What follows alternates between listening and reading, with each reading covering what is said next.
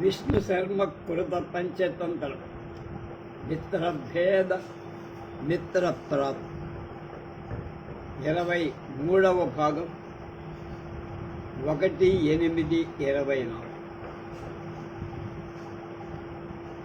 ఎవడు మిత్రుడు ఎవడు కాడు అనే విషయం మీద చర్చ జరుగుతుంది చెప్తున్నారు. మరి దీనికి చక్కని తెలుగు అర్ధతాత్పర్యాలు రాసిన వాడు, తెలుగులో భావం రాసిన వాడు శ్రీ జి రెడ్డి బాల చెన్నారెడ్డిగా, వారిని మర్చిపోకూడదు.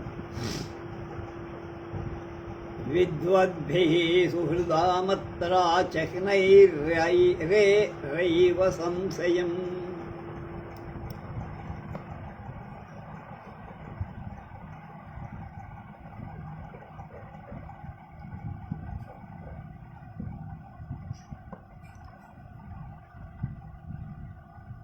పరీక్షాకరణం ప్రోక్తం హోమాగ్నేరివ పండితైః.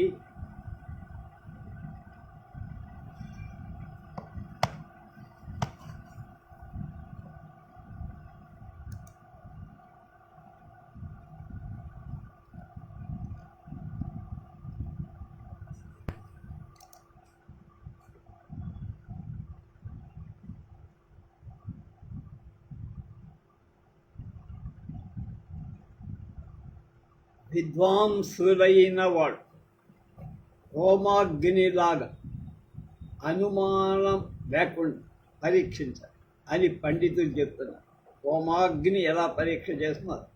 తథాచ ఆపత్కాలే తు సంప్రాప్తే యన్మిత్రం మిత్రమేవ తత్ వృద్ధి కాలే తు న సంప్రాప్తే దుర్జనోపి సుహృద్భవేత్. అలాగే ఆపద వచ్చిన సమయం ఎవడు మిత్రుడిగా ఉంటాడు వాడే నిజమైన స్నేహితుడు. తన అభివృద్ధి కాలంలో దుర్జనుడు మిత్రుడవుతాడు. కనుక తన్మాప్యదాస్య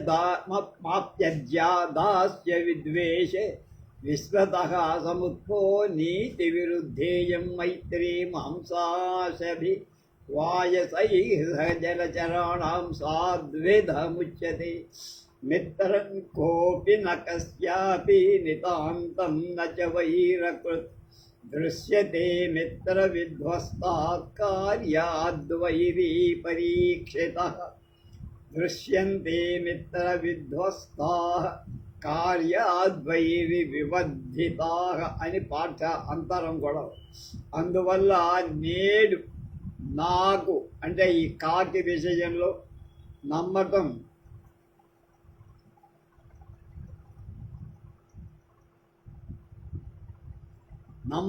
కలిగి, ఎందుకంటే మాంసం లభించే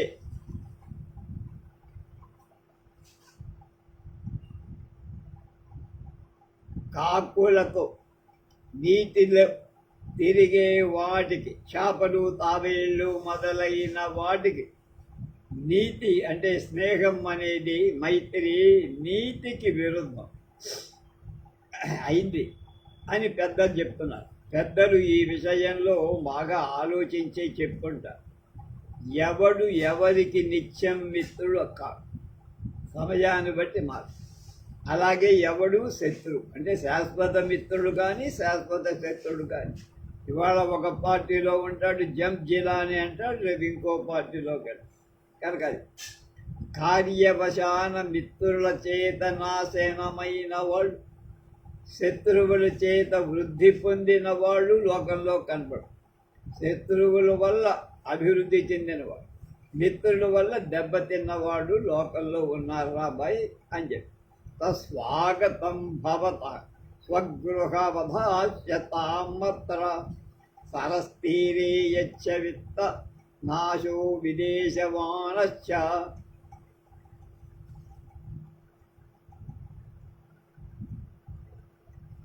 సంజ్ఞాతస్తత్ర విషయే సంతాపో న కర్తవ్యః.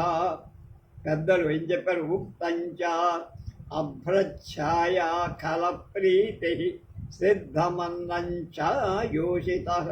కించిత్ కాలోపభోగ్యాని యౌవనాని ధనాని చ కనుక మిత్రమా, కాకితో అంటోంది, నీకు స్వాగతం.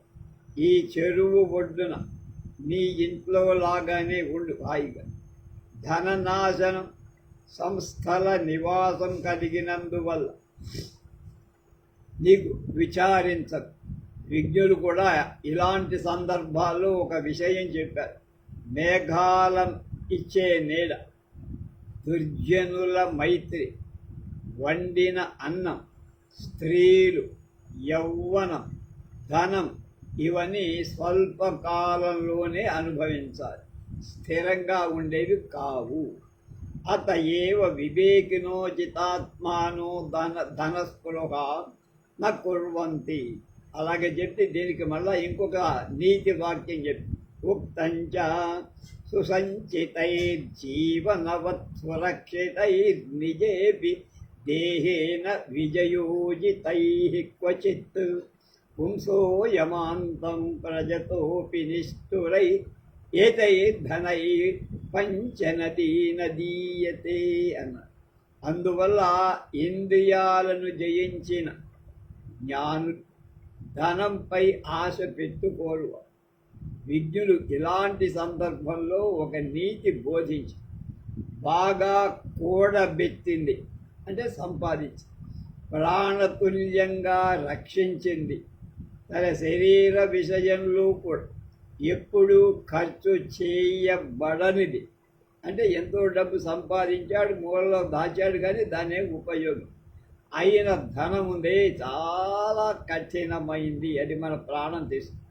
మానవుడు యముడి వద్దకు పోయినప్పుడు అంటే చనిపోయిన 5 అడుగులైనా నీతో పాటు ఈ డబ్బు రాదు, ఈ సంపద. అన్యచ్చ యథా మిషన్ జలే మచ్చైర్ భక్ష్యతే స్వాపదైర్భువి ఆకాశే పక్షిభిశ్చైవ తథా సర్వత్ర విత్తవాన్ అని ఇంకొక వాక్యం.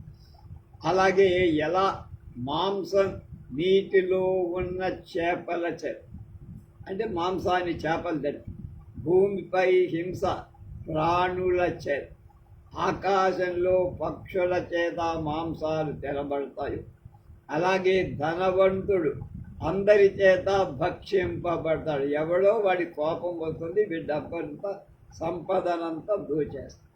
నిర్దోషమపి విత్తాఢ్యం దోషైర్యోజయతే నృపః నిర్ధనం ప్రాప్త దోషోపి సర్వత్ర నిరుపద్రవః. ధనవంతుడు దోషి కాకపోయినా, తప్పు చెయ్యకపోయినా ప్రభువు వాడి మీద ఏవో ఒక దోషం, ఒక నేరం మోపుతారు. అది కనుక వాడి దగ్గర తప్పు లేకపోవచ్చు, కానీ ఎవడో చెప్పిన మాట విని రాజు వాడి మీద నేరారోపణ. ధనహీనుడు దోషాలు చేసిన వాడికేం పెద్ద ఉపద్రవాలు ఉండవు, నష్టాలు. అర్ధనామార్జనే దుఃఖం ఆర్జితానాంచరక్షణే నాశే దుఃఖం వ్యయే దుఃఖం దిగద్ధాన్ కష్ట సంశ్రయాత్. ధనం సంపాదించడంలో ఉంటే భయంకర సత్యాలు చెప్తున్నా. ధనాన్ని సంపాదించడంలో, సంపాదించిన ధనాన్ని రక్షించుకోవటంలో కూడా దుఃఖం ఉంది. ఇంకా దొంగలు వల్ల నశిస్తుంది, అలా ఖర్చయినా దుఃఖం కాదు. అలా అన్ని విధాల దుఃఖదాయకం అని ధనానికి ఒక దిక్క. కనుక ఎవడు పడితే వాడికి దాని మీద ఆశ కలుగుతుంది. కనుక యజమానుడికి ఏదో రకంగా కీడు చేసి ఆ ధనాన్ని అపహరించే ప్రయత్నం, దొంగతనం చేసే ప్రయత్నం చేస్తాను. బీరువాల్లో పెట్టుకున్న, బ్యాంకుల్లో పెట్టుకున్న. అర్థాధీయాని కష్టాని మూఢోయం సహతి జన శతాంశేనాపి మోక్షాద్ధి తాని చేన్మోక్షమాప్నుయాత్. ఇక్కడే ఒక విషయం చెప్పాలి. నిన్నే ఛానల్లో చూసా. తిరుపతి దేవస్థానంలో హుండీల్లో వచ్చిన డబ్బు 105 కోట్ల 115 150 కోట్లు 150 కోట్ల డబ్బుని కొట్టేశారు. అక్కడ ఉండేటువంటి యాజమాన్యం అంతా ఎలా కొట్టేశారంటే చాలా తమాషా, మనం ఎప్పుడు ఊహించాం. ఒక మనిషి ఒకడు ఉన్నాడు, వాడిని పెట్టారు. వాడి మర్మాంగం ఆపరేషన్ చేయించుకొని దాని చుట్టూ వాడు ఏం తీసుకెళ్ళా, అమెరికన్ డాలర్స్ అన్నీ దానికి చుట్టేసేసుకొని ఆపరేషన్ మళ్ళా వాడు దాన్ని కప్పించేసుకొని ఎయిర్పోర్ట్లోంచి దాటి వెళ్ళిపోయాడు. అలా వెళ్ళిపోయి 150 కోట్లు దఫాలుగా అలా ఎన్నిసార్లు ఆపరేషన్ చేసుకున్నాడో ఎంత పోయిందో తెల్ల 150 కోట్లు అలా పోయి. అంటే నువ్వు ఎంత హుండీలో దాచుకున్నా లెక్క వేసేటప్పుడు ఇలా కాజేస్తున్నావు. అలాగే వాడు ఏం చేశాడు, ఆ దేవస్థానం వాళ్ళు అంతా ఆ టైంలో జగన్ గారి ముఠాయగా కనుక వాళ్ళు ఏం చేశారు, ఇదేదో పెద్ద దాన ధర్మాలు చేసేవాడని చెప్పి 15 కోట్లు దేవుడికి అతడు దానం చేసినట్లుగా విరాళం ఇచ్చినట్టుగా ఒక లెక్క చూపారు. వాడి దగ్గరే రూపాయి లేదు, ఇలా కొట్టేసిన రూపాయలు, అది కూడా దేవుడి డబ్బే. ఆ విరాళం కూడా ఇచ్చినట్టే చూపించారు, కానీ అది దేవస్థానానికి చాలా నిన్నే కావాలంటే పేపర్లో ఈ ఛానల్స్లో చూస్తే దొరుకు. కనుక ఎంత జాగ్రత్త చేసినా ధనం అనేది మన దగ్గర నిలవకుండా. అపరం విదేశవాస జనమపి వైరాగ్యం త్వయాన కార్యం యత శరీరో ధీరస్య మనస్వినః స్వవిషయం కో వా విదేశః స్మృతో యం దేశం శ్రయతే తమేవ కురుతే బాహుప్రతాపార్జితం యద్దంష్ట్రా మఖా లాంగుల ప్రకరణై సింహో వనంగాగతే తస్మిన్నేవ కతద్విపేంద్రః రుధురై నృస్రాం చినంత్యాత్మనః.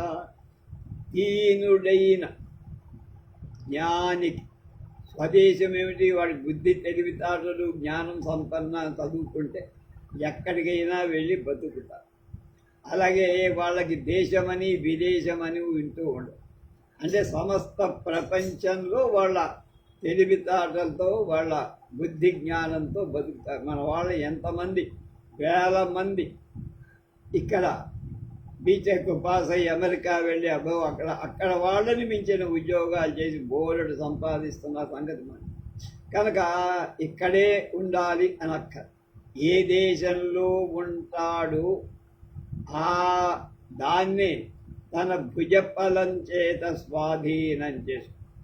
కనుక ప్రపంచంలో ఇతర దేశాల నుంచి అమెరికాకి వెళ్ళిన వాళ్ళు ఇండియా వాళ్ళు, అందులో మన దక్షిణ రాష్ట్రాల వాళ్ళు మరి, అందులో ఆంధ్రప్రదేశ్ నుంచి వెళ్ళిన వాళ్ళు మరి.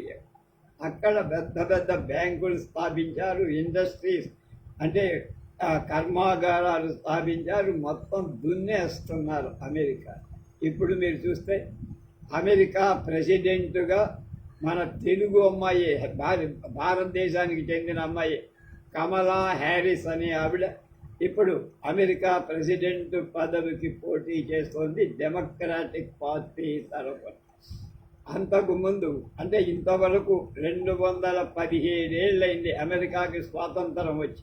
ఈ 217లో ఇంతవరకు ఏ స్త్రీ కూడా అమెరికా ప్రెసిడెంట్ కాల. వాళ్ళకెందుకో స్త్రీని అంత ఎదగటానికి ఇంకా పై కబుర్లు చెప్తారు, కానీ ఎదగటానికి అంతగా సహకరించి. అక్కడ బిల్ క్లింటన్ భార్య మాత్రం ఆమె వైస్ ప్రెసిడెంట్ అయింది, అంటే అధ్యక్షురాలంటాం అవి. అలాగే ఈ కమలా హారిస్ కూడా ఇప్పటిదాకా బైడెన్ అనేటువంటి ప్రెసిడెంట్కి ఉపాధ్యక్షురాలుగా ఉందంటే వైస్ ప్రెసిడెంట్గా ఉంది. ఆ స్థాయి ఈసారి ఆమె ఏకైక అభ్యర్థిగా ఉంది. కనుక ఆమె గెలిస్తే మొదటి అమెరికన్ స్త్రీ మహిళా ప్రెసిడెంట్ అయ్యే అవకాశాలు ఉంటాయి. మనలాగా ఎప్పుడు పడితే అప్పుడు అమెరికాలో ఎలక్షన్ జరగవు. ఎలక్షన్లు అంటే ప్రతి 4 ఏళ్ళకి నవంబర్ 4వ తారీఖున నిన్ను మీద వచ్చి మీద పడినా సరే ఆ రోజున ఎలక్షన్ జరగాల్సింది. జనవరి 4 నెలలు ఇది అయిపోయిన తర్వాత 2 నెలలకు డిసెంబర్ జనవరి 21 నాడు కొత్త ప్రెసిడెంట్ అధికారం చేపట్టాలి, అంటే ప్రమాణ స్వీకారం చేయాలి. ఎన్నైనా ఎంతమంది మారినా ఎన్ని రకాలు మారినా ఆ డేట్స్ మాత్రం మళ్ళాగా మోడీ గారికో లేకపోతే ఇక్కడ పరిపాలించేవాడు వాళ్ళకి ఇష్టం వచ్చినప్పుడు ఎలక్షన్లు పెట్టడం, మిగతాడప్పుడు పెట్టకపోవడం లేదు. అది కాన్సెప్ట్. అలా సాగుతోంది, వాళ్ళు సాగిస్తున్నారు దాన్ని. అదొక గొప్ప గౌరవంగా భావిస్తుంది.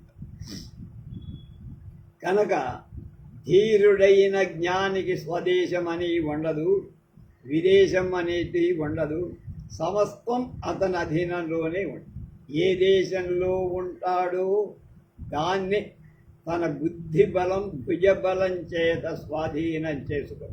మనకు నేతాజీ సుభాష్ చంద్రబోస్ ఇక్కడి నుంచి వెళ్ళి జపాన్లో సైన్యం ఏర్పడ్డారు. ఏ సైన్యం 10 మందో 20 మందో కాదు, 2 లక్షల మందితో సైన్యం ఏర్పాటు చేసి బ్రిటిష్ వాళ్ళ మీద యుద్ధం చేసి భారతదేశానికి స్వాతంత్రం తెప్పించాలని ప్రయత్నం చేసి.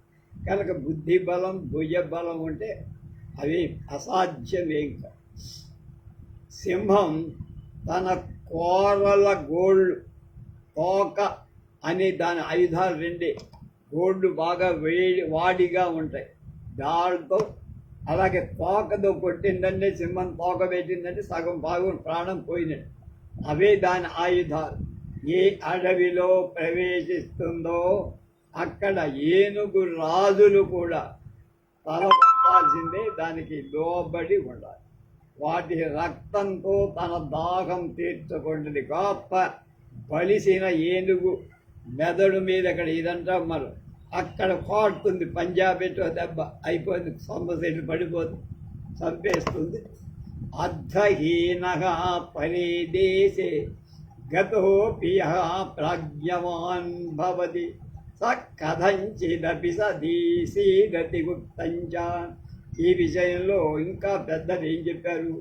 కోతి భార సమర్థానాం కిం దూరం వ్యవసాయినాం కో విదేశః సువిద్యానాం కః పరః ప్రియవాదినాం. ధనం లేనివాడు ఇతర దేశాలకి వెళ్ళిన వాడు అక్కడ తన బుద్ధి తెలివితేటలు ఉంటే బాధ ఏం పొందడు. అక్కడ కావలసినంత బుద్ధి ఉపయోగించి అక్కడ బోలె డబ్బు సంపాదిస్తాడు, కీర్తి పేరు కూడా సంపాది. మనకి సుబ్బారావు గారని ఒక ఆయన ఉండేవాడు. ఆయన చిన్నప్పటి నుంచి అమెరికా వెళ్ళాలి, మందులు కనిపెట్టాలి, ఆయనకు ఒక ధ్యేయంగా ఉంది. వాళ్ళ ఇంట్లో వాళ్ళ అమ్మ, వాళ్ళ అన్న, చెల్లె, అక్క, వాళ్ళ నాన్న వీళ్ళంతా కూడా అతిసారం అంటే విపరీతంగా విరోచనాలు వెళ్ళి చచ్చిపోయాయి. కనుక అప్పటి నుంచి ఈయనకి ఒక ఆలోచన వచ్చింది, దీనికి విరుగుడు మందు నేను కనిపెట్టాలి, ఇక్కడ ఎవడు నాకు సహాయం చేసేవాడు లేడు అని ఆయన ఇక్కడ బిఎస్సి పాస్ అయిపోయిన తర్వాత మద్రాసు వెళ్ళి అక్కడ ఎవరైనా సహాయం చేస్తారని అన్ని కంపెనీలు తిరిగి అట్లా ఒక రోజున బీచ్ వెంబడి తిరుగుతాడు. ఈయనేదో ఆలోచించుకుంటూ పోతుంది. అప్పుడు ఒక అమెరికా మందుల కంపెనీ ఈయన కనబడి, ఏమిటయ్యా ఏదో ఆలోచిస్తున్నట్టున్నావు గారు, మీరు సుబ్బారావు గారు, ఆయన పేరు తెలియదు. ఏమిటంటే, ఇదండి నా డ్రీమ్, అంటే నా కళ ఇది, ఇలా మందు కనిపెట్టాలని నేను అనుకుంటున్నా. కనుక నాకు అమెరికా తీసుకెళ్లే వాళ్ళు ఎవరైనా సహాయం చేస్తే నేను వెళ్ళి అక్కడ రీసెర్చ్ చేసి మందు కనిపెడతా. అప్పుడు ఈయనకి అదే మంచి కుర్రాడ్రా, ఇంత ఆలోచన ఉన్నవాడు మనకి ఎవరు దొరకలేదు అని అతను కంపెనీ లీడర్లీ అనే కంపెనీకి ఈయన రిప్రజెంటేటివ్ కంపెనీకి ఫోన్ చేసి, ఇలా కుర్రాడున్నాడు, మన కంపెనీలో పనిచేస్తాడు, అతనికి రీసెర్చ్కి కావాల్సిన అన్ని మనం సరైతే, ఈయన దగ్గర రూపాయి లేదు, తర్వాత అమెరికా వెళ్ళాలంటే వీసా, పాస్పోర్ట్ ఇవన్నీ అన్నీ ఆయనే ఏర్పాటు చేసి నువ్వు ఫలానా టైములకి రా అని చెప్పి ఆయన అన్నీ ఈయన పంపించి వెళ్ళారు. ఆయన అమెరికా వెళ్ళాడు. అమెరికా వెళ్ళి అద్భుతంగా ఆయన ఏ రంగంలో అయితే ఆయన రీసెర్చ్ చేయాలనుకున్నాడో ఆ రంగంలో రీసెర్చ్ చేశాడు. దీనికి ఇందాక చెప్పామే, ఆ అతి విరోచనాలకి అతిసాలకి అనేటువంటి మందులు, కొన్ని వందల మందులు ఆయన కనిపెట్టి అద్భుతమైన పేరు తెచ్చుకున్నాడు. అయితే ఆ మందులన్నీ ఎవడైనా కనిపెడితే తన పేరు మీద అతను రిజిస్టర్ చేయించుకోవాలి. దాన్ని పేటెంట్ హక్కు. ఆ హక్కు పాపం ఆయన చెయ్యకపోవడంతో ఆ కంపెనీకే వచ్చింది, కానీ పేరు ఆయనకి మందులు కనిపెట్టిన పేరే వచ్చింది. దానివల్ల ఆయనకు అదనంగా వచ్చిన డబ్బు అలా తన ఆశని తీర్చుకో. రూపాయి చేతిలో లేకుండా ఉన్నబట్ అమెరికా వెళ్ళటం అంటే ఆషామాషిక. మనకి ఉన్నది ఇక్కడే ఉయ్యూరు దగ్గర గరికబర్రు ఏకమూరు అనేటువంటి చోట గాయత్రి అనంతరామయ్య గారి తోట అంటారు దాన్ని. ఆ తోటలో అనంతరామయ్య గారి పెంపుడు తమ్ముడు కొలచల సీతారామయ్య గారు ఉండేవారు. వాళ్ళ నాన్నగారు పౌరోహిత్యం చేసుకుంటూ, అంటే ఇళ్లలో బ్రాహ్మణులకు మాత్రం పౌరోహిత్యం చేసుకుంటూ వచ్చిన దాంతో గుట్టుగా సంసారం చేస్తూ ఉండేవారు. అంటే పెద్దగా ధనవంతులు కారు. అలాంటి దానిలో కొలచల కుటుంబంలో సీతారామయ్య గారని కుర్రాడు పుట్టారు. ఆయనకి ఏంటో చిన్నప్పటి నుంచి ఇక్కడి నుంచి అమెరికా వెళ్ళాలి, అక్కడ ఏదో సాధించాలి అనే ఆలోచన పుట్టింది. ఈయన ఆ ఆలోచనతోనే ఉన్నాడు. ఇక్కడ పెద్దవాళ్ళు చదువుకున్నాడు. ఆ తర్వాత ఇక్కడ చదివించే వాళ్ళు ఎవడూ లేక ఆర్థికంగా తండ్రి సంపాదించేది తక్కువ కనుక తన కోరిక తీర్చుకోవాలని ఎక్కడి నుంచి ఉయ్యూరు నుంచి ఎక్కడికి మెడ్రాస్కి ఇప్పుడు 1917లో నడిచి వెళ్ళాడు. అక్కడికి వెళ్ళి అక్కడ మదనపల్లి ఉంది దగ్గరలోనే. ఆ మదనపల్లిలో డిగ్రీ పూర్తి చేసి ఆ తర్వాత అమెరికా వెళ్ళే ప్లాన్లన్నీ ఆలోచిస్తే ఎక్కడో చిన్న ఒక ఛాన్స్ దొరికింది. ఎవరినో అడిగాడు. వాళ్ళ నాన్నగారు చచ్చిపోతాడు. ఇక మా వాడికి తండ్రికి ఒక ఆలోచన, మన కుర్రాడికి ఇలా ఇతర దేశాలకి వెళ్ళి చదువుకోవాలనే ఆలోచనలో ఉన్నాడు కనుక మనకు ఉన్నదాల్లో కొంత వాడికి మిగిల్చి డబ్బు ఇంట్లో పెడదామని ఆయన చనిపోయేటప్పుడు ఆయన తమ్ముడు అనంతరామయ్య గారని మా చిన్నప్పుడు ఆయన చూశాం మేము. ఆయనకి అరే నాయన తమ్ముడు మనవాడు వస్తాడేమో, నేను చచ్చిపోయే ముందు వస్తే సంతోషం, రాకపోతే నేను చచ్చిపోయిన తర్వాత వస్తే ఈ 2000 రూపాయలు ఉన్నారా, ఆ 2000 రూపాయలు వాడికి ఇవ్వు, వాడు ఏం చదువుకుంటాడు ఏం చేస్తాడో నువ్వు మాత్రం అడ్డు పెట్టద్దురా అబ్బాయి అని చెప్పారు. అని అయిపోయాడు. ఈయన మెదలపల్లిలో చదువుతుండగా డిగ్రీ చదువుతుండగానే తండ్రి పోయాడు. వచ్చాడు, కార్యక్రమాలన్నీ పూర్తయిపోయి ఇక 12 రోజులు అంతా అయిపోయిన అప్పగింపులు అవుతాయి.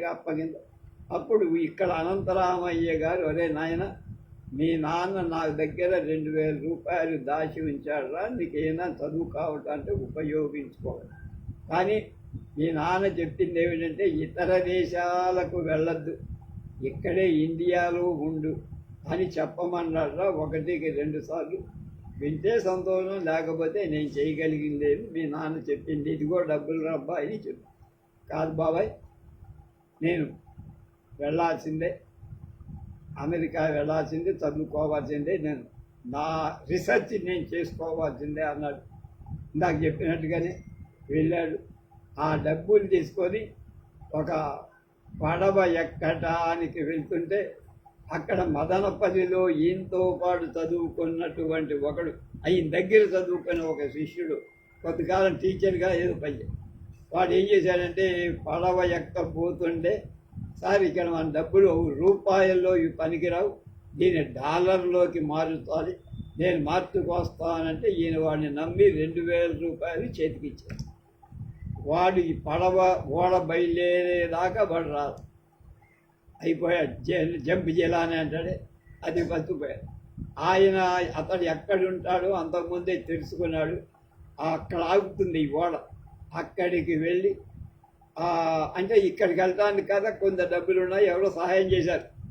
దీంతో ఓడ రేవు దగ్గర వాడే కొంతమంది సహాయం చేశారు, ఈ టికెట్ కొని పంపించారు. అక్కడికి వెళ్ళి వాళ్ళ ఇంటికి వెళ్తే వాళ్ళ అమ్మ అసలు నాకేం తెలియదు, మా అబ్బాయి ఏంటి నీ దగ్గర డబ్బులు తీసుకోలేదు అని ఆవిడ కూడా అబద్ధం చేయాలి. సరే అలా అయిపోయిందో మళ్ళీ ఓడ దగ్గరికి వస్తే ఇందాక సహాయం చేసిన వీళ్ళు మళ్ళీ అక్కడ కనబడి ఆ ఓడ కెప్టెన్కి బతిమాలు చెప్పారు, నాయన ఇతని కోరిక ఇది, నువ్వు ఎలాగోలా ఈయన తీసుకెళ్ళి అమెరికాలో పడి ఆ తర్వాత ఆయన తంటాలు పడతాడు, ఉంటాడు లేదా పరిగెత్తుకొస్తాడు. అంటే నేను రూపాయి వాడికి ఇవ్వను, ఎవరికి కొంచెం సీతారామయ్య రూపాయి నేను ఇవ్వను, మా దగ్గర ఖాళీ కూడా లేదు పడుకోవడానికి. అక్కడ మనలాగా ఇప్పుడులాగా ఇవి లేవు, స్టీమ్ ఇంజిన్తో నడిచేవి ఓడలు. కనుక బొగ్గు అంతా ఒక చోట గదిలో నిలవ చేస్తారు, అదే రాక్షస బొగ్గు. ఆ రాక్షస బొగ్గు నిలవ చేసే గది ఉందయ్యా, ఆ గదిలో పడుకోమను, భోజనం అందరితో పాటు మేమేం తింటామో అదే పెడతాం, వాడికి శాకాహారమే కనుక అది మేము ఏర్పాటు చేస్తాం, రూపాయి మాత్రం ఇవ్వరు, ఇక్కడ మేము ఏం పని చెప్తే ఆ పని చెయ్యాలి. చచ్చినట్టు పాపం ఆయన చేయం గొప్పది కనుక సరే అన్నాడు, ఒప్పుకున్నాడు. అలాగే ఆ మసి బొగ్గులో పడుకొని చిన్న చిన్నకి తాప మీద అలాగే 40 రోజులు, అప్పుడు 30-40 రోజులు పట్టేది అమెరికా వెళ్ళాలంటే. అలా ప్రయాణం చేసి న్యూయార్క్ అని రేవు పట్టణం చేరి ఆ తర్వాత వాకిట్లో పైన పార్కుల్లో బెంచీల మీద పడుకొని చదువుకొని అలాగే యూనివర్సిటీలో చేరి అక్కడ కూడా కప్పులు కడుగుతూ కాఫీ హోటల్లో పనిచేస్తూ ఆయన అనుకున్నట్టుగానే డిగ్రీ దేనిలో కెమిస్ట్రీలో ఆయన మాస్టర్స్ డిగ్రీ ఎంఎస్సీ పాస్ అయిపోయి ఆ తర్వాత అమెరికా వెళ్ళి అమెరికాలో అనేకమైనటువంటి పరిశోధనలు చేసి అది యుద్ధంలో ఉపయోగించే ట్యాంకులు ఉన్నాయి, ఆ ట్యాంకులు తయారు చేశాడు ఆయన. అలాగే ఈ మన ఇళ్లలో ఉపయోగించే మోటార్లు ఉంటాయి కదా, వాటర్ నీళ్లు తోడి అందులో ఇంధనం ఉంటుందంటే దానిలో ఆయిల్ పోస్తాం, ఆ ఆయిల్ బాగా తక్కువ ఆయిల్ ఎక్కువ శక్తిగా పనిచేయడానికి అందులో ఏవేవో కొన్ని కలుపుతారు. ఆ కలిపే వాటిని ఏది కలిపితే ఆయిల్ బాగా పనిచేసి దాని సమర్థత పెంచుకుంటుందో వాటి మీద రీసెర్చ్ చేసి అందులో అలా చేసిన రీసెర్చ్కి ఆయనకి కెమెటాలజీ అంటారు ఇంగ్లీష్లో. ఆ కెమెటాలజీ అనేటువంటి ఒక రకమైన సైన్సుని అభివృద్ధి చేశాడు కనుక పిత అంటే తండ్రి అన్నమాట, ఫాదర్ ఆఫ్ కెమెటాలజీ పిత అని ఆయన పేరు తెచ్చుకున్నాడు. అక్కడి నుంచి అది 2వ ప్రపంచ యుద్ధం అయిపోతున్న సమయం. రష్యా ప్రెసిడెంట్గా స్టాలిన్ అనేవాడు ఉన్నాడు. ఆయన దేశాన్ని బాగా అభివృద్ధి చెయ్యాలి. అప్పటికే ఆ దేశానికి జార్ అనేటువంటి వాడు ప్రభువులుగా ఉన్నారు, వంశపారంపర్యంగా వాళ్ళు సామాన్య ప్రజలకు అసలు వాళ్ళ సంగతి పట్టించుకునేవాళ్ళు కనుక వాళ్ళని తోసేసి స్టాలిన్ కమ్యూనిస్టు పాలకులతో తెచ్చారు. తన దేశం డెవలప్ అవ్వాలంటే ప్రపంచ దేశాల్లో ఉండేటువంటి సైంటిస్టులకి, టెక్నీషియన్స్ అంటారు, సాంకేతిక నిపుణులకి ఒక బహిరంగ లేఖ రాశారు. మీరెవరైనా మా దేశానికి వస్తే మీకు అన్ని సౌకర్యాలు కలిగిస్తాం, మా దేశం యొక్క అభివృద్ధిలో మీరు పాల్గొనండి. ఈయన పేపర్ ద్వారానో అప్పుడు రేడియోలు కూడా ఉన్నాయి ద్వారా విన్నాడు. విని అక్కడికి వెళ్ళాడు. అమెరికా వదిలిపెట్టేది రష్యాలో ఆయనకు అపూర్వమైన స్వాగతం స్టాలిన్ వాళ్ళు మొదలైన వాళ్ళు ఇచ్చారు. ఆయన ఒక ల్యాబొరేటరీ ఏర్పాటు చేసి అందులో అన్ని రకాల పరిశోధనలు చేశాడు. వాళ్ళకి కావలసిందంతా చేసి ఆయన గొప్ప పేరు చేసుకొని అక్కడ అమ్మాయిని వివాహం చేసుకున్నాడు. 2 అమ్మాయిలు పుట్టారు. ఆ 2 అమ్మాయిలకి మన ఇండియా పేర్లు లీలావతి, కళావతి అనే పేర్లు పెట్టాడు. ఆయన 45 ఏళ్ల తరువాత ఇండియా వచ్చాడు 1963 జూన్లో. అప్పుడు మేము ఇక్కడే ఉన్నాం. ఆయన దత్తుగారండి మన ఇంటి ఎదురుగానే ఉంటాం. అక్కడ ఆయన మేనమామ అవుతారు. ఆ ఇంట్లో ఉంటే ఆయనకు ఉయ్యూరులో పౌర సంఘం, మున్సిపాలిటీ ఎంత గొప్ప సన్మానం చేశారు. నేను ఆయనతో మాట్లాడిన అదృష్టం నాకు కూడా దక్కింది. అది అలాంటి వాడు అదృష్టం బాగుండాలి, కృషి ఉండాలి. అలా కనుక వాళ్ళకి ఈ దేశం అంటూ ఆ దేశం లేదు, చేతిలో డబ్బు ఏదో టైంలో అలా వచ్చేస్తుంది. కనుక మీకు సమర్థులు అయిన వాళ్ళకి భారం అనేటువంటి బరువు అంటూ ప్రయత్నం చేసే వాళ్ళకి దూరదేశము కూడా, మంచి విద్యావంతులకు ఈ దేశమని ఇతర దేశం అంటూ లేదు.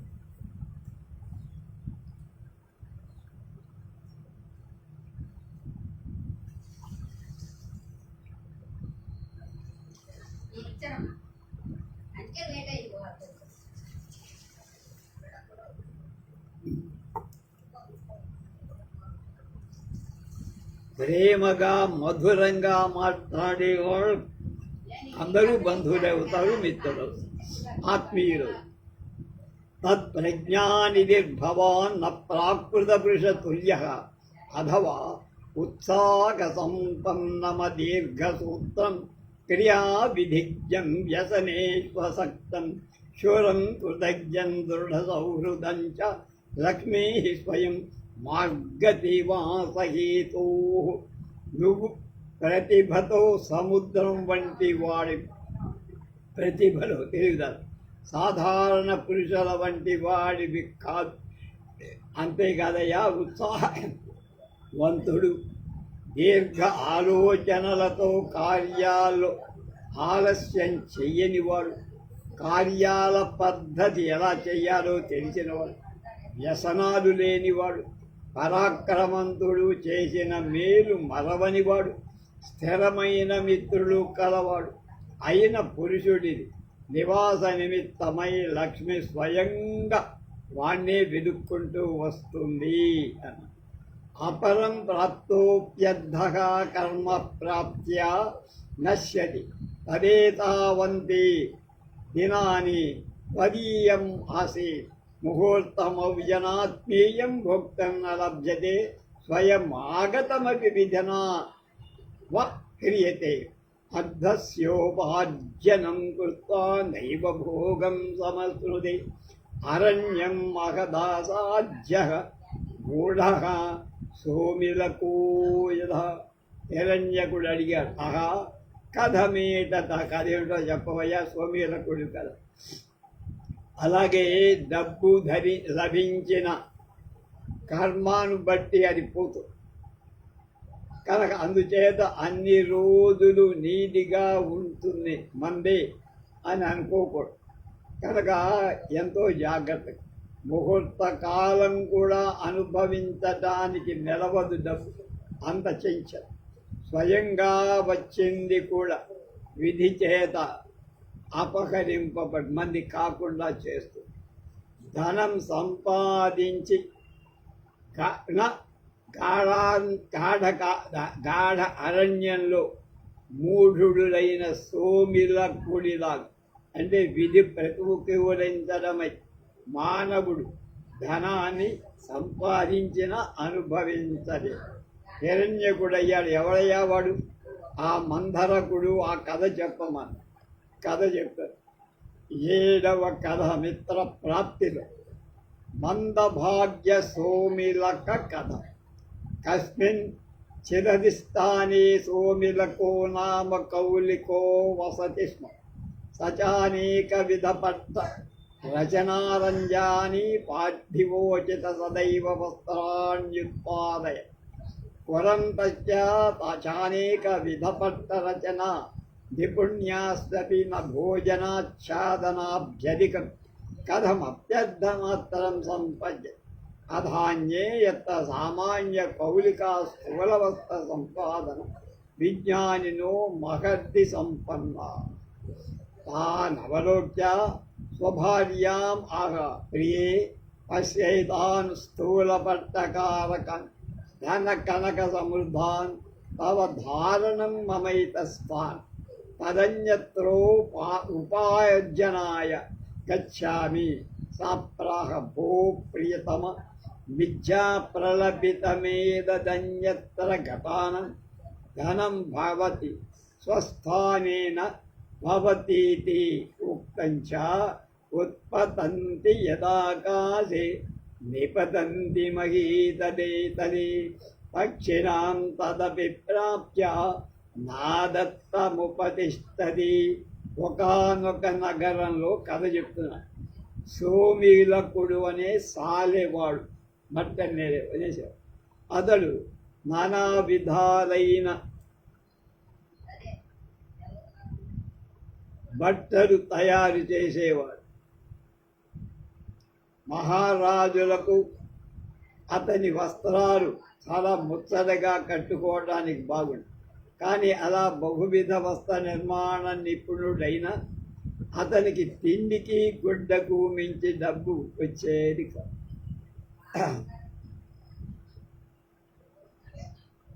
ముతక వస్త్రాలు నేసే తెలివి గల మామూలు సాలెవాండు ధనం బాగా సంపాదిస్తున్నా. అది చూసి అతడి భార్యతో ఇలా అన్నాడు, గుడ్డలు నేసే వీడు ధనిక కనుక సముద్రులై ఉన్నారు చూసావా, కనుక నాకు ఇక్కడ ఎందుకో కలిసి రావట్ల. అందుచేత వేరే తోటకి డబ్బు సంపాదనకు వెళ్ళ. అది విని భార్య ఏమండి, ఇతర స్థలం పోయిన వాళ్ళకి ధనం లభిస్తుంది, స్వదేశంలో లభించదు అనటం ఉంది. అది మిథ్య అన్న మాట. విజ్ఞులు ఈ విషయంలో ఒక మాట చెప్పారండి, వినండి అంది. ఎగిరే పక్షులు భూమి మీదనే పడుతున్నాయి. ఇదంతా వాడి పూర్వజన్మలో లేని ఏది రాసి పెట్టుంటే తథాచ నహి భవతి ఎన్న భావ్యం భవతి చ భావ్యం యదా వినాపి యత్రే కర్రతల గతమపి నశ్యతి యస్యతు భవితవ్యమా నాస్తి. ఏది సంభవించకూడదు అది సంభవించదు, అలాగే ఏది సంభవిస్తుందో అది సంభవిస్తుంది. నువ్వు అడిగినా అడగకపోయినా అది ప్రయత్నం లేకపోయినా వస్తుంది. భాగ్యంలో లేని చేతికి వచ్చినా అది తుడిచిపెట్టుకో. యథాధేను సహస్రేష్ వత్స విందతి మాతరం తథా పురాకృతం కర్మ కర్తారం అనుగచ్చతి. ఎలా 1000 ఆవులు ఉన్నా దూడ తన తల్లి గుర్తించి అక్కడికి వెళ్ళి పాలు తాగుతుంది. అలాగే పూర్వజన్మ కర్మ మానవుడి వెంట వస్తుంది, నడిపిస్తుంది. శతే సహజయానేవ గచ్చంతమనుగచ్చతి నరాణాం ప్రాక్తనం కర్మ తిష్టేత్ స్వధ సహాత్మనా. మానవులకు పూర్వజన్మ కర్మ నిత్యం ఆత్మతో అంటే ఉంటుంది. పడుకుంటే వీడు అది పడుకో, పోస్తుంటే దాంతో పాటు అది పోతుంది, విడిచిపెట్టదు. యథాఛాయా తపౌ నిత్యం సుసమృద్ధౌ పరస్పరం ఏవం కర్మ చ కర్తా చ సంసృష్టా వితరేతరం తస్మాదత్రే వ్యవసాయ పరోభవ. ఎలా నీడ ఎండ రెండు పరస్పరం నిత్యం పూర్తిగా ఉంటాయో అలాగే కర్మ దాని కర్త అయిన మానవుడు కూడా పూర్తిగా విడదీయబడి ఉండరు. అందుకే వ్యాపారం శ్రద్ధగా చెయ్యాలి. కౌలిక ప్రియే నా సమ్యక్ అభిహితం భవత్యా వ్యవసాయం వినా కర్మణ ఫలది ఉక్తంచ యదైకేన హస్తేన తాలికాన సంప్రపద్యతే తథోద్యమ పరిత్యక్తం మఫలం కర్మణః స్మృతం. సాలెవాడు భార్యతో ఇలా అన్నాడు, నువ్వు చెప్పింది బాగా లేదే, ప్రయత్నం లేకపోతే కర్మ ఎవరికి ఫలించదు. నీ ప్రయత్నం నీకుండా. విజ్ఞులు కూడా ఈ సంగతిలో ఒక మాటను, ఒక చేతితో తాళం అనేటువంటిది, ఈ 2 చేతులు కలిస్తేనే చప్పడు. అలాగే ప్రయత్నం లేకపోతే కర్మకు ఫలితం ఉండదు. పశ్య కర్మ వ్రతాత్ ప్రాప్తం భోజ్యకాలేపి భోజనం హస్తోద్యమం వినా వక్తే ప్రవిశ్యేన్న కథంచ వాచుడు. భోజన సమయంలో పూర్వకర్మవశ లభించిన భోజనం కూడా చేతితోడి వ్యాపారం లేక ఏ విధంగా నోటిలోకి పోదు. అన్నం ఉంది, నోరుంది, వెళ్ళాలంటే చెయ్యుండ. తథాచ ఉద్యోగినం పురుష సింహముపైతి లక్ష్మి దైవం హి దైవమితి కా పురుషా వదంతి. దైవం నిహత్య కురు పౌరుష మాత్మశక్య యత్నే కృతే యది న సిద్ధ్యతి కోత్తర దోష. అందుచేత ప్రయత్నశీలుడైన పురుష శ్రేష్ఠుణ్ణి, అంటే ప్రయత్నం చేసేవాడు, లక్ష్మి స్వయంగా వరిస్తుంది. పిరికివాడు దైవం చేత తొక్కబడతాడు, వాడికి దగ్గరగా. దైవాన్ని వదిలేసి శక్తి కొలది పురుషార్థానికి ప్రయత్నం చేసిన లభించకపోతే అందులో నీ దోషమేంటి? తథాచ ఉద్యమేన హిద్ధ్రంతి సిద్ధ్యంతి కార్యాణి న మనోరథైః నహి సింహస్య సుప్తస్య ప్రవిశంతి ముఖే మృగాః. అలానే ప్రయత్నం చేతనే కార్యాలన్నీ జరుగుతాయి, సిద్ధిస్తాయి. కోరికలతో రావు.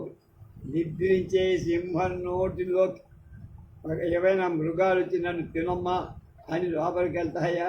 వెళ్ళవు. సింహం వేటాడాల్సిందే, తినాల్సిందే. ఉద్యమేన వినారాజన్ న సిద్ధ్యంతి మనోరథా కాతరా ఇతి జల్పంతి యద్భావ్యం తద్భవిష్యతి. ఓ రాజా, ప్రయత్నం లేక కోరికలు నెరవే, ఏది కావాలో అది అవుతుంది. పిరికని పిరికివాడు చెబుతున్నారు, ప్రయత్నం చెయ్యని వాడు. స్వశక్త్యా కుర్వతః కర్మ నచేత్ సిద్ధిం ప్రయచ్చతి నో హి లభ్య పుమాంస్తత్ర దైవాంతరిత పౌరుషః. తన శక్తి అనుసరించి పనిచేసే పురుషుడు కార్యసిద్ధి పొందకపోతే అతన్ని నిందించరాదు. కాలం కలిసి రాలేదు.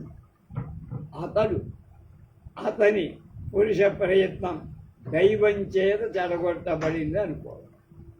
తన్మయా వశ్యం దేశాంతరం గంతవ్యం ఇది నిశ్చత్య వర్ధమాన పురంగతః తత్ర చ వర్షత్రయం త్యక్త్వా సువర్ణ శతత్రయోపార్జనం కృత్వా భూయ స్వగృహం ప్రస్థితః అదార్ధపది గచ్చతస్తస్య కదాచిదపటవ్యాం కర్తవ్యతో పర్యటతో భగవాన్ రవిరస్వముపాగత తదాసౌ వ్యాలభయాత్ స్థూలతరవత స్కంధమారుహ్య యావత్ ప్రసుప్తస్థానిధ్యే సీధే స్వప్నే ద్వౌ పురుషౌ రౌద్రాకారౌ పరస్పరం ప్రజల్పంతావశృణోత్. అందువల్ల నేను తప్పక ఇతర దేశాలకు వెళ్ళాలి అనే నిశ్చయించుకున్నా అని బయలుదేరాడు. వర్ధమానపురం వెళ్ళాడు. 3 ఏళ్ళున్నాడు. 300 బంగారు నాణాలు సంపాదించాడు. మళ్ళా ఇంటికి బయలుదేరాడు. దారిలో సగం దూరం పోగా ఒక తోట అడవి వచ్చింది. అడవిలో ప్రయాణం చేస్తుంటే భగవానుడైన సూర్యుడు అస్తమించాడు, అంటే సూర్యాస్తమయమైంది. అప్పుడు ఏనుగు మొదలైన జంతువుల భయం వల్ల పెద్ద మర్రి చెట్టు బూదె ఎక్కి అక్కడ నిద్రపోయాడు. అర్ధరాత్రిలో కల వచ్చింది. ఆ కలలో భయంకర రూపులైన 2 మనుషులు పరస్పరం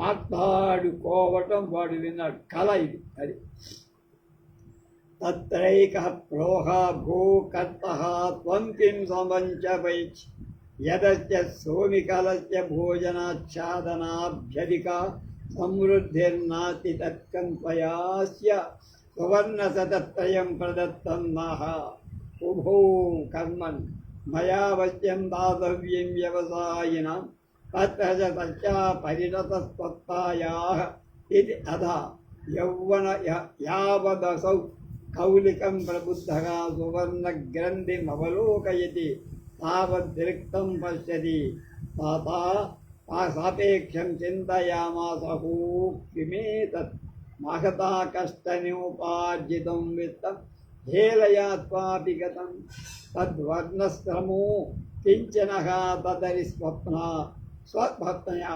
మిత్రాణాం చ ముఖం దర్శయిష్యామి ఇది నిశ్చయ తదేవ విత్తనం గత. వారిలో ఒకడు కర్మాధిష్టాన దేవత వాడి పేరు అన్నాడు, ఒరేయ్ కర్త, ఈ సోమిలకుడు భాగ్యంతో తిండికి గుడ్డకు మించి అధికమైన సంపద లేదు అనే విషయం నీకు తెలుసు కదా. అందువల్లే ఇతడికి నువ్వు 300 బంగారు నాణ్యాలు ఇచ్చావు. అతడు అంటే కర్తృత్వాది దేవత అన్నాడు, ఓ కర్మ, నేను తప్పక ప్రయత్నం పరులకు ఇవ్వాలి. ఎవడు ప్రయత్నం చేస్తాడో వాళ్ళు. ఆ మీదట దాని పరిణామం అది వాడి దగ్గర ఉండడమా పోవడం అది నీ అధీనంలో ఉంది. అలా అని కల వచ్చింది. వాడు మేల్కొన్న బంగారు నాణ్యాలను సంచిని చూశారు, అది ఖాళీగా. అప్పుడు తన దురదృష్టానికి ఇలా విచారి, అయ్యో ఇదేమిటి, ఎంతో కష్టపడి సంపాదించిన ధనం అకస్మాత్తుగా ఎక్కడికో వెళ్ళి శ్రమ అంతా వేస్ట్, వ్యర్థమై దరిద్రుడిని అయ్యా. భార్యకు మిత్రులకు ముఖం ఎలా చూపదు. అలా అనుకొని మళ్ళీ తనను ఆ నగరమే వెళ్ళాడు. తత్ర చ వర్షమాత్రేణైవ సువర్ణ శతపంచకముపాజ్ఞ భూయోపి స్వస్థానం ప్రతి ప్రస్థితః యువావదగ్ధపదే భూయోటవిగతస్య భగవాన్ భానురస్తం జగామ అత సువర్ణనాశభయాద్ సుశాంతో పిన విశ్రామ్యత్ కేవలం కృతగృహోత్కంఠః సత్వరం వ్రజ. అత్రాంతరే ద్వౌ పురుషౌ తాదృశౌ దృష్టిదేశే సమాగచ్చन्तౌ జల్పन्तౌ చా శృణోత్ తత్రైకః ప్రహ ఓహ కర్తవ్యः కిం త్వయైకస్య సువర్ణశతపంచకం ప్రదత్తం తత్కించేర్తి యద్భోజనాచ్ఛాదనాభ్యధికశ్చ న కించిన్నాస్తి న ఆహ భోః కర్మన్ మయావశ్యం దేయం వ్యవసాయినాం తస్య పరిణామస్వదాయత్తః తత్కిం మామూలదాదపి తచ్చుత్వా సోమిరకో యావద్గ్రంథిమవలోకయతి తావత్ సువర్ణం నాస్తి. అప్పుడు ఒక సంవత్సరంలోనే మళ్ళా ఆ పట్టణానికి వెళ్ళి 500 నాణ్యాలు సంపాదించుకున్నాడు. మళ్ళా బయలుదేరాడు. సగం దారిలో మళ్ళీ అడవి, సూర్యాస్తమయం. మా ధనం పోతుంది అనే భయంతో అలసి ఉన్నా నిద్రపోలా. కేవలం ఇల్లు చేరాలని వేగంగా పోతుంటే ఇద్దరు పురుషులు మాట్లాడుకున్నట్టుగా విన్నారు. ఎదురెదురుగా రావటం లేదు. వాళ్ళు ఇలా అనుకుంటున్నారు, ఒకడు కర్మాధిష్టాన దేవత ఇలా, ఓ కర్త, నువ్వు ఎందుకు ఇక్కడికి దానికి డబ్బిచ్చావంతా? తిండికి గుడ్డకు మించి ఎక్కువ కొంచెం కూడా అతనికి భాగ్యంలో లేదు.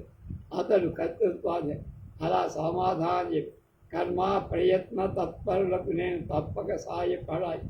దాని పరిణామం ఉంటుందో ఉండకపోతుందో అది వాడు కనుక నన్నే నిందించు అని సోమిరకుడు మూట విప్పి చూసుకున్నాడు. అందులో బంగారం. తతః పరం దుఃఖమాపన్నో అన్యచింతయత్ అహో కిం మమ ధనరాహిత్య ధనం రహితస్య జీవితేన ఏతవటవృక్ష ఆత్మా సముద్యస్య ప్రాణాంచయ ఏవం నిశ్చిత్య దర్భమయిం రజ్జుం విధాయ స్వకంఠే పాశం నియోజ్య శాఖాయాం ఆత్మానం నిబధ్య తావద్ ప్రక్షిపతి తావదేకః పుమానాకాశస్థ ఏ వేదమః భో సుమిరక మైనం సాహసం కురు అహం తే విత్తాపహారక నతే భోజనాచ్ఛాదికాభ్యధికాం వరాటికామపి సహ తద్గచ్చ స్వగృహం ప్రతి అన్యచ్చ భవదీయ సాహసేనాం పుష్టః తథామేన స్వాద్వ్యన్యం దర్శనం తత్ ప్రార్థ్యతామభీష్టో నరః వరః కైచిత్ సోమిలక యద్యేవం తద్దేహి మే ప్రభూతం ధనం న భోః కిం కరిష్యసి భోగరహితేన ధనేన యతస్తన భోజనాత్ తవ భోజనాత్ ఆచ్ఛాదనాభ్యధిక ప్రాప్తిరపి నాస్తి ఉక్తంచ కిం తయా క్రియతే లక్ష్మ్యా యా వధూరివ కేవల ధ్యాన వేశ్యేవ మామాన్య అధికైరుపభుజ్యతే. అప్పుడు మిక్కిలి దుఃఖంతో ఇలా విచారి, అయ్యో ధనం లేక నేను జీవించటం ఎందుకు, ఈ మర్రి చెట్టుకు ఉరేసుకొని చచ్చిపోతా. అలా అనుకొని దర్భలతో తాడు తయారు చేసుకుని మెడకు బిగించుకున్నాడు. ఇంకొక కొన చెట్టు కొమ్మకు తగిలించాడు. దిగువగా చేసి దుమకటానికి ఎంతలో ఒక పురుషుడు ఆకాశం నుండి ఇలా అన్నాడు, సోమిలక సాహసముద్ర, నేను నీ ధనాన్ని అపహరించా. నీకు తిండికి గుడ్డకు మించి అధికంగా ఒక్క గవ్వ కూడా ఉండటం నేను ఒప్పుకోను. అందుకే నువ్వు ఇంటికెళ్ళు. అలాగే నేను నీ సాహసానికి కూడా సంతోషించా. అలాగే నా దర్శనం వ్యర్థం కాదు కనుక నువ్వు ఇష్టం వచ్చిన వరం ఏదైనా కోరుకో. అప్పుడు వాడేమన్నాడు, అయితే అధికంగా డబ్బు ఇవ్వు అని. ఒరేయ్, భోగరహితమైన ఉపయోగానికి పనికిరాని డబ్బు ఏం చేస్తావురా? ఎందుకంటే నీకు తిండికి గుడ్డకు మించిన అధిక ధన ప్రాప్తి లేదు నీ మొదట రాజు. విద్యుడు ఈ విషయంలో ఏమన్నారు, కేవలం భార్యల ఉండే ధనం చేత అంటే లక్ష్మి చేత ఏం లాభం, ఒకరికి ఉపయోగపడదు. వేశ్యలాగా సర్వసామాన్యాలైన బాలసార్లు ఉపయోగపడేట్లుగా ఉండాలి. సోమిలక యద్యపి తస్య ధనస్య భోగో నాస్తి తథాపి తద్భవత్ ఉక్తంచ కృపణోప్యకులీనోపి సజ్జనైర్వర్జితం తదా సేవ్యతే నరో లోకే యస్య స్యాద్విత్తనంచయః. సోమిలకుడు ఇలా అన్నాడు, ధనాన్ని అనుభవించటం లేనట్టు ఉన్న ఆ ధనం కావాలి నాకు. అది అప్పుడు ఎవడి వద్ద ధనరాశి ఉంటుందో వాడు లోభి అయిన కులహీనుడైన సజ్జనుల చేత విడువబడిన వాడైన జనం వాడికే ముక్కుతుంటారు, సేవిస్తారు. శిథిలౌ చ సుబుద్ధౌ చ పతతః తతతో నవా నిరీక్షితౌ మయా భద్రే 10 వర్షాణి 5 చ పురుష కథమేతత్ సోబ్రవీ. అతేవో శుభమూర్తి, నేను 15 ఏళ్ల వరకు 15 ఏళ్ల వరకు వేలాడేవి బాగా బంధింపబడినవి అయిన ఎద్దు వృషణాలను జారి పడుతుందో పడవో నిరీక్షించాను. అడిగాడు, ఎలారా అంటే ఇలా చెప్పారు. అది వృషభానుగ శృగాల కథ. ఆ కథ 8వ కథ. ఆ కథను రేపు తెలుసుకుందాం.